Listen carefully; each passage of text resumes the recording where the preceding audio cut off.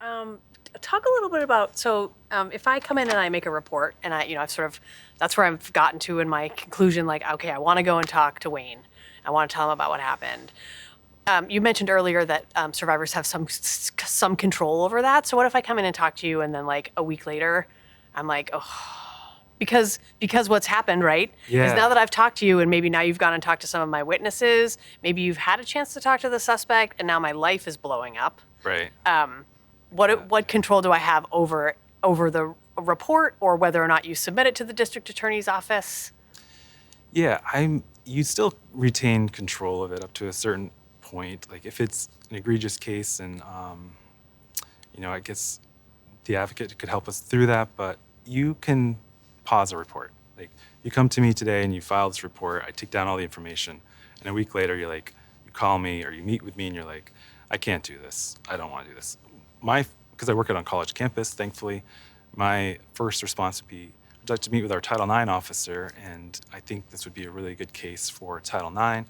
Talk to them about that process, which is markedly different than criminal justice system. So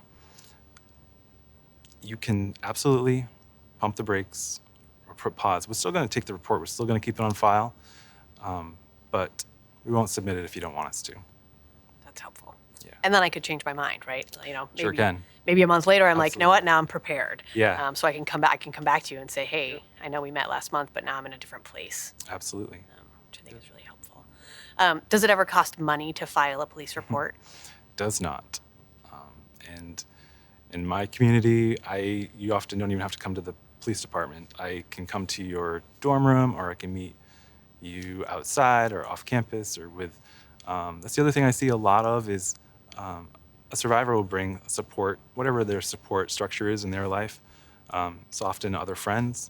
I've had interviews where, there'd be 6 people in my office, all to support, and that's awesome that they came with you. I typically won't interview the survivor with their friends present. It just doesn't work well. They could also be called as witnesses and be, if the case goes to court a year from now, whatever, the defense attorney could end up cross-examining their friends, and it just is a bad scene. So typically the support system, whoever comes, will just wait outside while the survivor and I have our interview with the advocate, and that seems to work well.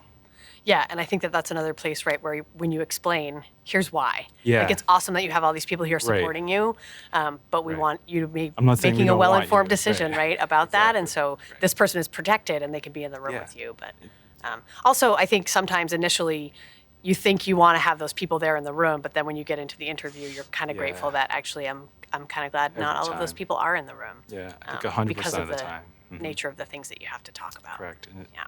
it's just a much more free-flowing conversation, a more honest conversation, regardless of whatever they think beforehand. We have a better conversation. Yeah, right. Without an audience. Sure. Like us today. Yeah, because as someone who's experienced a sexual assault, right, you already have the voice inside your head telling you all the reasons why what happened to you, all the reasons why it's hard to talk about, and you're going to be judging yourself on all of your decisions. Yeah. And, you're already doing that, and so having people around you can sort of. They mean well. I often find friends are really good at supporting, but not Sometimes so great. they say things that they think is supportive, some of the other and they're not so things, much. So- And I think that's another place where advocates can really be beneficial for survivors, right? Oftentimes, as an advocate, one of the things that you're doing is working with the people who are supporting the survivor to help them with some language around what's helpful and what's not. And I think that can be another sort of critical role Great coach. that advocates play.